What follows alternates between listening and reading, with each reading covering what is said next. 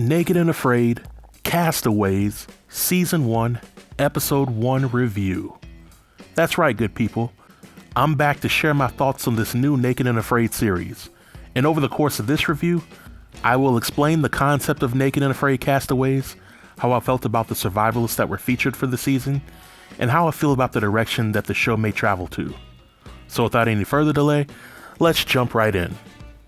Now, after watching Season 1 of Naked and Afraid Last One Standing, many fans of the show repeatedly questioned why the show didn't just start the survivalists off with nothing and allow the survivalists to prove how skilled they were with little assistance. Well, to all of those fans out there, Castaways is the show for you. In the concept of Castaways, we get 9 survivalists that are separated into groups of 3. Those groups are dropped off in different points of a deserted island with nothing but their satchels. Once on the island, they must complete a 21-day challenge without any maps, pots, fire starters, or hunting equipment. Now, for those of you who haven't seen episode 1 yet, then here's a friendly spoiler for you. The island that serves as the location for the challenge has a lot of trash and wreckage on it.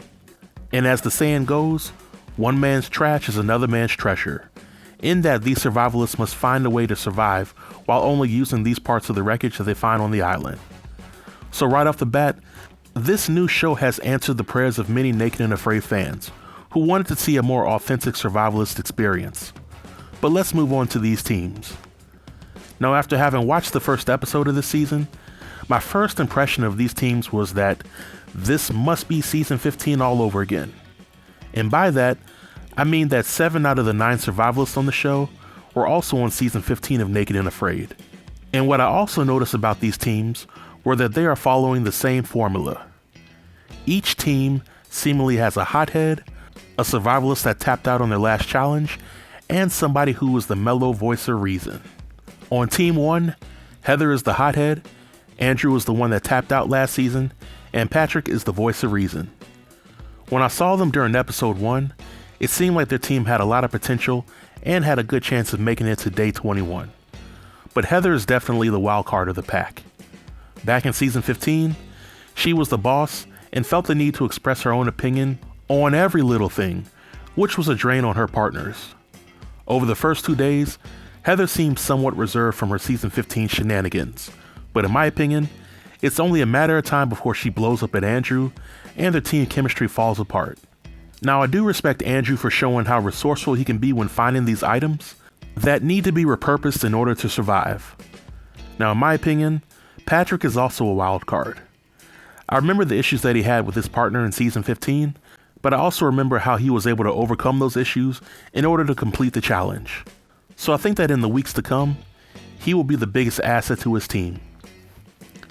On Team 2, we have Naked and Afraid veteran Balint, the hothead, Naeem, the one who tapped out last season, and Kara, the voice of reason.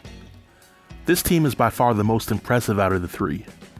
Balint is definitely the MVP for being able to repurpose a magnifying glass in order to make fire. And I respected Naeem for being the first one to find fresh water out of the group.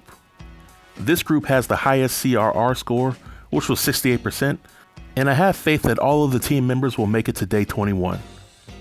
And lastly, there's Team 3, which has Justin, the hothead, Candace, the one that tapped out last season, and Rachel, the voice of reason. I have serious concerns for Team 3. As I mentioned in my last Naked and Afraid video, my opinion of Justin is that he is an amazing survivalist on his own. But when he has to work with a partner, his compassion and subtlety goes out the window. And at this point, I don't think that Justin will keep his cool with 2 women being on the team. And if they don't pull their weight in his eyes, then there will be trouble. This group has the least wilderness survival experience out of everybody, and I can guarantee that at least one person from this group will tap out before the 21 days is up. But after watching the first episode of Naked and Afraid Castaways, I still think it's a little too early to determine how the show will do in the long term. But in the short term, I can honestly say that I appreciated the show for what it's worth, and I also appreciated the new approach to shows based on survival. I was a little taken aback knowing that 1/3 of the cast members in this season had tapped out, and they chose this show to come back to redeem themselves.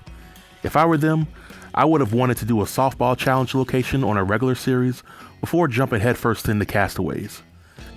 And while I firmly believe that the three teams were not given an equal playing field to start the challenge off with, I would still recommend Castaways as a must-watch for all Naked and Afraid fans. But this marks the end of my review. If you have any questions or comments related to the review or the episode, feel free to leave them below in the comment section and I'll reply to everybody. Until next time, stay tuned and stay safe. Peace.